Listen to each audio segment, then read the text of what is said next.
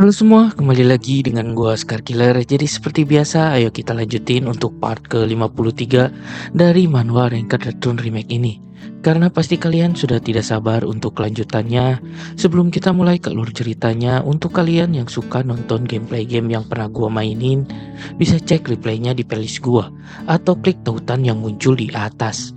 Dan supaya gua bisa terus buat video baru, maka jangan lupa like, share, dan subscribe.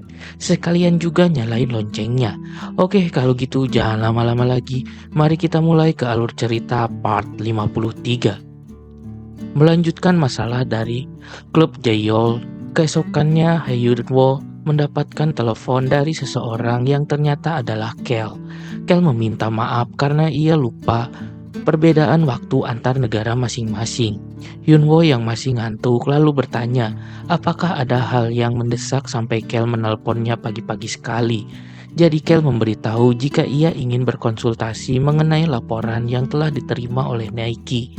Laporan itu berisi permintaan bantuan kepada Ali Boss dari seorang player e-sport profesional dari Korea Selatan. Jadi player tersebut memberikan informasi tentang korupsi yang ada di organisasi mereka. Mendengar hal ini, Yunwo sebenarnya bingung kenapa laporan seperti itu harus ia terima. Ternyata manajemen merasa Hyunwoo adalah sosok yang memiliki pengaruh besar di Korea saat ini. Ditambah lagi dengan streaming terakhirnya bersama Paman Yun, maka semakin memperbagus citra positif dirinya. Hyunwoo sebenarnya tak menyangka ia memiliki pengaruh besar seperti ini, apalagi sampai harus menerima laporan dari para player, padahal ia hanyalah seorang streamer biasa. Ia lalu mengingat masa lalunya saat terpuruk dan mengharap bantuan di kala putus asa tersebut. Karena hal inilah Hyunwoo akhirnya mau melihat situasi tersebut dan menyuruh Kel untuk mempersiapkan dokumennya untuk ia baca terlebih dahulu. Setelah membaca dokumen laporan tersebut, Hyunwoo pun sangat kaget bahwa ada masalah seserius itu di dalam organisasi e-sport. Ia juga menyelidiki lebih lanjut dan mendapati jika organisasi itu adalah Big Star. Hyunwoo pun bingung bagaimana cara mereka bisa lolos dari peraturan yang ada. Ia juga bertanya-tanya apakah yang dilakukan oleh Quincy sehingga organisasi ini bisa merajalela. Hyunwoo lalu berpikir jika ini terjadi karena sejumlah besar uang terus berputar di dalam arena, karena di sana ada berbagai liga nasional, streaming, dan juga iklan. Jadi sebenarnya peraturan untuk membuat organisasi itu sangat ketat. Hyunwoo semakin terkejut karena Big Star mengganti pelatih mereka di pertengahan musim. Ditambah lagi sponsor utama mereka kini berubah nama menjadi Ilsung Capital. Ia pun curiga apakah perusahaan sponsor ini berkedok pemberi pinjaman pihak ketiga. Dan dari semua laporan yang ia baca, hal ini sudah cukup untuk menunjukkan keaslian Big Star. Namun ia masih bingung bagaimana caranya untuk membantu mereka dan mengungkapkan ke publik. Karena rasanya tak terlalu bagus jika langsung menyebut nama manajemennya. Jadi sepertinya ia harus melakukan cara yang natural untuk menggiring opini viewer agar mereka mengambil keputusan jika itu adalah Big Star. Dan untuk melakukan hal ini, ia memutuskan membawa seseorang bergabung dalam streamingnya nanti. Selanjutnya hasil live streaming pun tiba. Ali Boss membuka streaming dengan judul mengungkap misteri bersama Ali Boss. Melihat judul yang kontroversi ini, para penonton sudah menebak jika akan ada sesuatu yang menarik. Lalu Ali Boss sudah duduk di sana dengan tema gelap dan berkata jika hari ini mereka akan mengangkat topik yang serius untuk dibahas. Ali Boss mulai bercerita jika manajemen mereka telah menerima sebuah laporan yang mengejutkan dari programmer A yang masih aktif di Liga Arena. Ia merangkum ada dua hal penting yang akan ia bahas hari ini. Yang pertama adalah organisasi e-sport itu memaksa para playernya bekerja sebagai joki. Dan yang kedua, gaji mereka lebih rendah dari apa yang tertulis dalam kontrak yang telah mereka tanda tangani. Mendengar hal ini, para penonton menjadi heboh dan mengutuk organisasi tersebut serta meminta Ali Boss untuk memberitahu tim mana yang ia bicarakan. Sementara itu, di ruang asrama para player Big Star menonton dengan cemas streaming Ali Boss yang membicarakan tentang manajemen mereka. Dalam streamingnya, Ali Boss berkata jika ia tidak memberitahu siapa nama tim, hal ini dilakukan untuk melindungi identitas para player. Ia juga menambahkan jika masalah ini mungkin tidak hanya berhenti di sini, karena masih ada beberapa manajemen yang mungkin melakukan hal ini di luar sana. Apalagi kebanyakan dari pro player sekarang adalah anak muda yang sedang mengejar impiannya. Jadi para player tidak punya pilihan selain menuruti mereka. Penonton streaming kini mulai menebak siapa manajemen yang dibicarakan oleh Ali Boss. Setelah mengeluarkan beberapa pendapat, mereka menyimpulkan jika tidak banyak organisasi yang bisa didapatkan dari tim ini. Jadi mereka menebak mungkin di Big Star, Palette, dan Ellen yang tidak memiliki perusahaan besar sebagai sponsor. Mendengar tebakan mereka, Ali Boss pun tidak menyangka jika para penontonnya bisa mengetahui dan mendapatkan clue yang ia maksud tidak lebih dari 5 menit. Acara pun dilanjutkan. Sekarang ia mendatangkan seorang tamu yang merupakan sosok yang ahli dalam bidang ini. Orang itu adalah Heather, si mantan joki, dan ini merupakan kemunculan keduanya di streaming. Ia bercerita jika kini sudah berhenti menjadi seorang joki karena sudah memiliki impian. Lalu Ali Boss langsung menanyakan inti streaming kali ini, yakni apakah mereka benar bahwa ada player dari tim pro yang bekerja sebagai joki. Heather lalu membenarkan hal ini karena menurut sumbernya bahwa ada sebuah tim yang baru-baru ini mengubah sponsor mereka dan mulai menerima banyak permintaan joki. Jadi mereka secara khusus mengambil permintaan dari orang-orang yang ingin mencapai rank bronze. Hal ini menjadi penyebab para joki bertambah. Penonton pun langsung mendebak jika tim yang telah mengganti sponsor itu adalah Big Star. Setelah berhasil menggiring opini dan mengarahkan jawaban kepada manajemen Big Star, maka Ali Boss pun menutup streamingnya.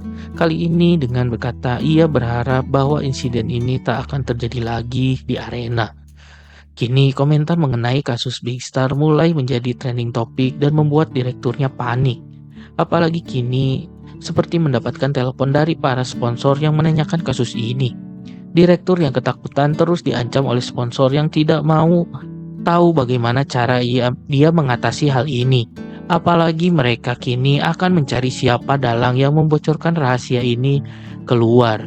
Belum sempat menutup teleponnya, direktur dikagetkan dengan kedatangan salah satu playernya yang mengatakan jika seluruh player telah kabur dari asrama. Tentu saja direktur kini benar-benar panik, apalagi si penelpon mengancam akan memberikan hukuman pada dirinya.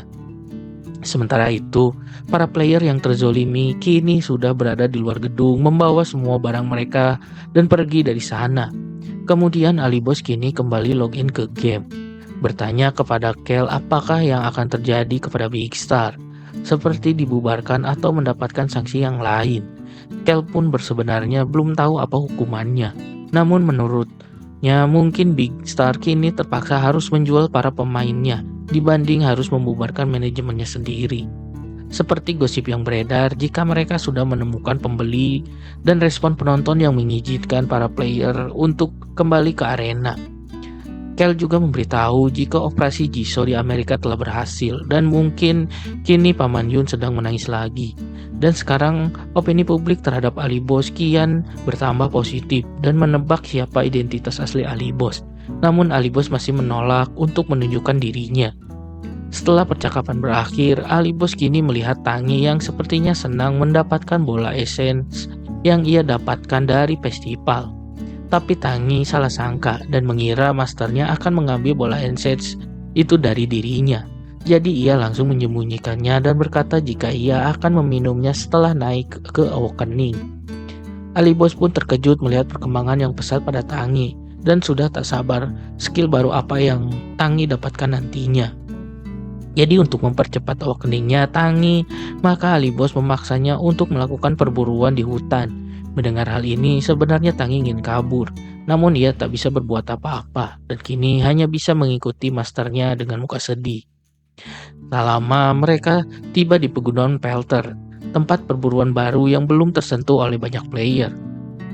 Ia mendapatkan informasi dari Cat jika tempat ini berisi monster-monster yang sangat kuat, sehingga perburuan di sini menjadi tidak efektif. Jadi bisa disimpulkan bahwa tempat ini adalah tempat yang langka dan jarang dikunjungi. Meskipun sudah dilarang, tapi Ali Bos rupanya memiliki alasan sendiri, yakni sengaja ke sini karena memang mendapatkan quest. Apalagi jika monster di sini kuat-kuat, maka sudah pasti dirinya akan mendapatkan XP. Dan juga hal ini akan mempercepat Tangi naik awakening. Perburuan pun dimulai. Di sana ia sudah disambut oleh 3 monster Black Wingles Lion. Tanpa menunggu lama, Ali Bos langsung menyerang monster tersebut dengan skill Crescent Moon Card miliknya.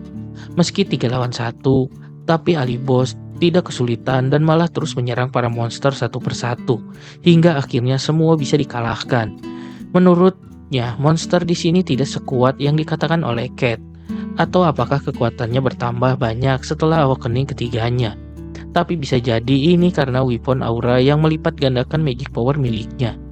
Lalu ia teringat dengan Tangi yang malah bersembunyi di balik batu, bukannya berburu untuk mempercepat awakeningnya. Alhasil ia dimarahi dan kini mereka sudah menghabiskan waktu selama 2 hari untuk berburu di sana. Yunwo memang selalu rajin berburu, apalagi berburu seperti ini sudah menjadi pelepas stres bagi dirinya. Tak hanya dirinya, Tangi pun di pos pir berburu habis-habisan dan akhirnya bisa naik level sebanyak 3 kali dalam 2 hari. Karena kini sudah mencapai level 199, maka hanya butuh 1 kali lagi untuk membuka awakeningnya. Setelah beberapa hari berburu, mereka pun beristirahat sejenak, tapi tanpa sengaja Tangi menyentuh pelindung dungeon dan otomatis membuka portal tersebut. Ali Bos pun terkejut sekaligus senang karena Tangi berhasil membuka dungeon baru yang bernama Ancient Refuge. Ia berterima kasih kepada Tangi, karena ini adalah dungeon kedua yang baru setelah terakhir kali ia memasuki dungeon vampir. Jadi ia pun sudah tidak sabar untuk masuk ke sana dan memperoleh item-item langka. Tanpa menunggu lagi, mereka berdua kini masuk ke Ancient Refuge. Tapi ia merasa tempat ini masih sama dengan sebelumnya, hanya saja cuaca di sini lebih cerah. Dan di sana saat yang sama mereka rupanya terjebak di antara pertarungan antara raksasa ogre dan giant. 2 raksasa itu saling bertarung dengan ganasnya dan benar-benar menimbulkan efek yang luar biasa. Apalagi giant itu bisa membunuh ogre gunung Pelter hanya dengan 1 ayunan pedang saja. Ali Bos pun sedikit menambahkan kekhawatirannya dan ini digunakan oleh Tangi dengan maksud mengajaknya pulang, tapi dengan nada mengkonfrontasi masternya. Namun hal ini rupanya malah memicu semangat Ali Bos dan mengajak Tangi untuk bergegas agar ia bisa membuka kelas awakeningnya. Karena masternya sangat bersemangat dan tidak takut dengan raksasa giant, maka dengan kesal Tangi pun menyebut masternya sebagai psikopat. Oke Manwaners, untuk part ke-53 dari Manhwa Reincarnate Remake ini sudah selesai. Jika kalian ingin menonton alur cerita berikutnya, silahkan like dan share, subscribe channel ini, nyalain loncengnya juga, dan bantu channel ini agar bisa berkembang dan memberikan alur channel cerita komik manhwa seru lainnya. Jika Manhwaners ingin merequest komik manhwa seru untuk kita buatkan alur ceritanya, silahkan bisa komen dan berikan rekomendasi manhwa keren lainnya. Oke, sekian dulu, see you again di part selanjutnya.